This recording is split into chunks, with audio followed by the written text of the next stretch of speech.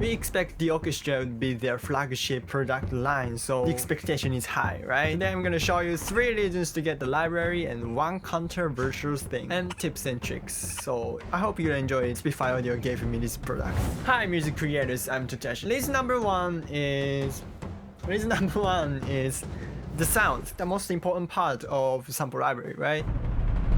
Spitfire Audio is doing pretty great job since Abbey Road 1. Their latest libraries are kinda next level, and this Abbey Road Orchestra Low Percussion isn't an exception. Reason number 2 is of course, what's this?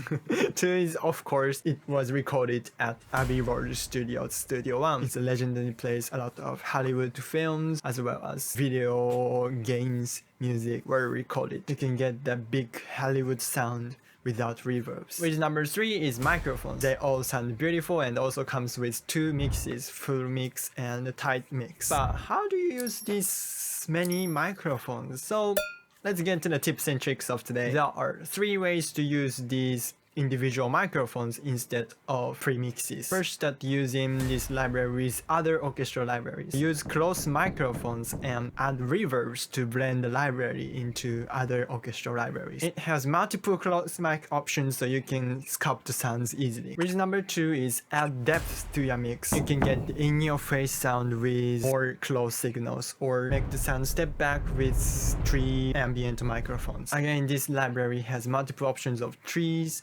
triggers, so you can easily sculpt the sound. The third way, you can mangle them with dry microphones. You don't want to have room sounds when you sound design the percussion like Junkie XL, Tom Hawkingberg, right? In that case, you can have dry signals with close mics and add compressor, distortion, pitch shifting, and you will get the hybrid sound. You have multiple choices of dry sounds and fast sounds. There's one more great thing about this library. It has mute and solo buttons on every mic signal. I wish all of their libraries had the feature. These are the 3 reasons to get the library, but there is one thing controversial.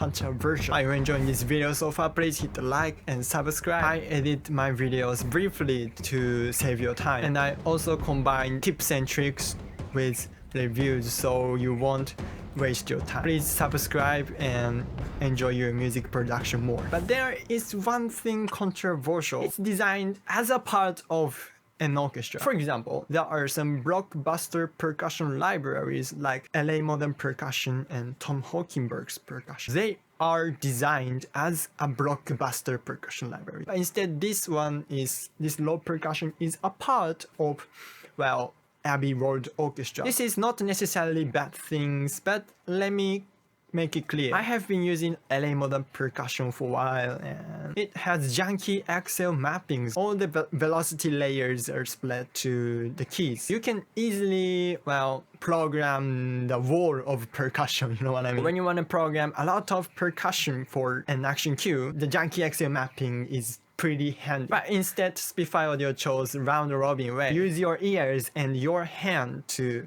program the percussion. If you want to use this Low Percussion as a part of Abbey Road Orchestra, well, this is a good purchase. But if you want to use it as a blockbuster percussion with your other orchestras, well, you might want to compare it with other libraries. So that's my conclusion. But Spitfire Audio does pretty great job. Don't take me wrong, the recording is pretty great. I recommend it. I assume you like Spitfire Audio. They also do pretty great job on affordable ranges, so please watch the next video for their latest $29 library. Thank you so much for watching till the end. If you enjoyed this video, please hit like and subscribe. See you later. If you can dream it, you can produce it.